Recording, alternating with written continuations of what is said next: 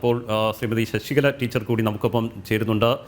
Shrimati Sasikala teacher, ഇപ്പോൾ ഏതായാലും മുസ്ലിം league സംസ്ഥാന അധ്യക്ഷൻ ഒരു നിലപാടുമായി രംഗത്ത് വന്നിരിക്കുകയാണ്. മതേതരത്വത്തെ ശക്തിപ്പെടുത്തുന്നതാണ് അയോധ്യയിലെ രാമക്ഷേത്രവും അതുപോലെ തന്നെ ഇനി പണിയാൻ പോകുന്ന ബാബറി മസ്ജിദും എന്നാണ് അദ്ദേഹം തുറന്നു പറഞ്ഞിരിക്കുന്നത്. മാത്രമല്ല ഒരു തരത്തിലുള്ള പ്രതിഷേധവും വേണ്ട എന്നും അദ്ദേഹം തുറന്നു പറഞ്ഞിരിക്കുന്നു. എങ്ങനെ കാണുന്നു ഇതിനെ? തികച്ചും സ്വാഗതാർഹമാണത്. ഈ ഒരു രീതിയാണ് സ്വാതന്ത്ര്യപ്രാപ്തി മുതൽ ഇവിടുത്തെ ഇസ്ലാമിക സംഘടനകൾ അനുവർത്തിച്ചിരുന്നത് എങ്കിൽ ഇവിടുത്തെ ഹിന്ദു മുസ്ലിം ഐക്യം ഒരിക്കലും നമുക്ക് ചർച്ച ചെയ്യേണ്ട ഒരു ഘട്ടത്തിലേക്ക് പോലും എത്തുമായിരുന്നില്ല. കാരണം ഈ നാടിന്റെ സംസ്കൃതി അനുസരിച്ച് മതവ്യത്യാസങ്ങൾക്കനുസരിച്ച് ആരെയും ശത്രുപക്ഷത്ത് നിർത്താറില്ല.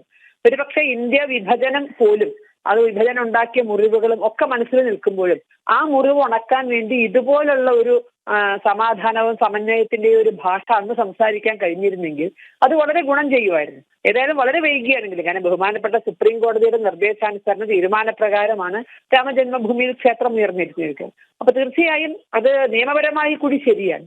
ആ വലിയ ശരിയെ മുസ്ലിം ലീഗ് അംഗീകരിച്ചു എന്നതിൽ വളരെ സന്തോഷമുണ്ട്.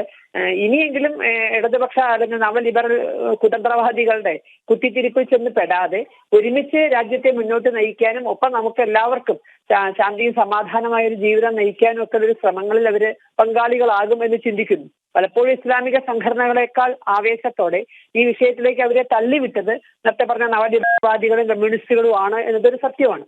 അപ്പൊ അതുകൊണ്ട് ആ കുത്തിത്തിരിപ്പിൽ നിന്ന് രക്ഷപ്പെട്ടു എന്നാണ് ഈ ഒരു സംഭാഷണത്തിൽ നിന്ന് മനസ്സിലാകുന്നത്. പക്ഷെ എത്രത്തോളം അദ്ദേഹം ക്രൂശിക്കപ്പെടും എന്നുള്ളത് ഇനി നമുക്ക് വരുന്ന ആളുകളിൽ അല്ലെങ്കിൽ വരും മണിക്കൂറുകളിൽ അത് കാത്തിരിക്കേണ്ടതാണ്. ആരൊക്കെയാണ് എന്തൊക്കെയാണ് ഇതിനെ നെഗറ്റീവായി കാണുക എന്നുള്ളത്.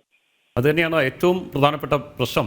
ശ്രീമതി ശശികല ടീച്ചർ, വരുന്ന മണിക്കൂറുകളിൽ ഈ നിലപാട് അദ്ദേഹത്തിന് തുടരാൻ കഴിയുമോ എന്നതാണ് ഏറ്റവും പ്രധാനപ്പെട്ട ഒരു വിഷയം. നമുക്കറിയാം, കോൺഗ്രസും CPM ഒരുപോലെ ന്യൂനപക്ഷ പ്രീണനം മാത്രം ലക്ഷ്യമിട്ടുകൊണ്ട് രാമക്ഷേത്രത്തിനെതിരെ പരസ്യ നിലപാടെടുക്കുമ്പോൾ എത്ര നാൾ ഈ മുസ്ലിം ലീഗ് സംസ്ഥാന അധ്യക്ഷനാണെന്ന് പറയുമ്പോൾ പോലും അദ്ദേഹത്തിൻ്റെ നിലപാടിന് മുസ്ലിം ലീഗ് എത്രത്തോളം പിന്തുണ നൽകും എന്നതും വളരെ പ്രസക്തമായില്ലേ?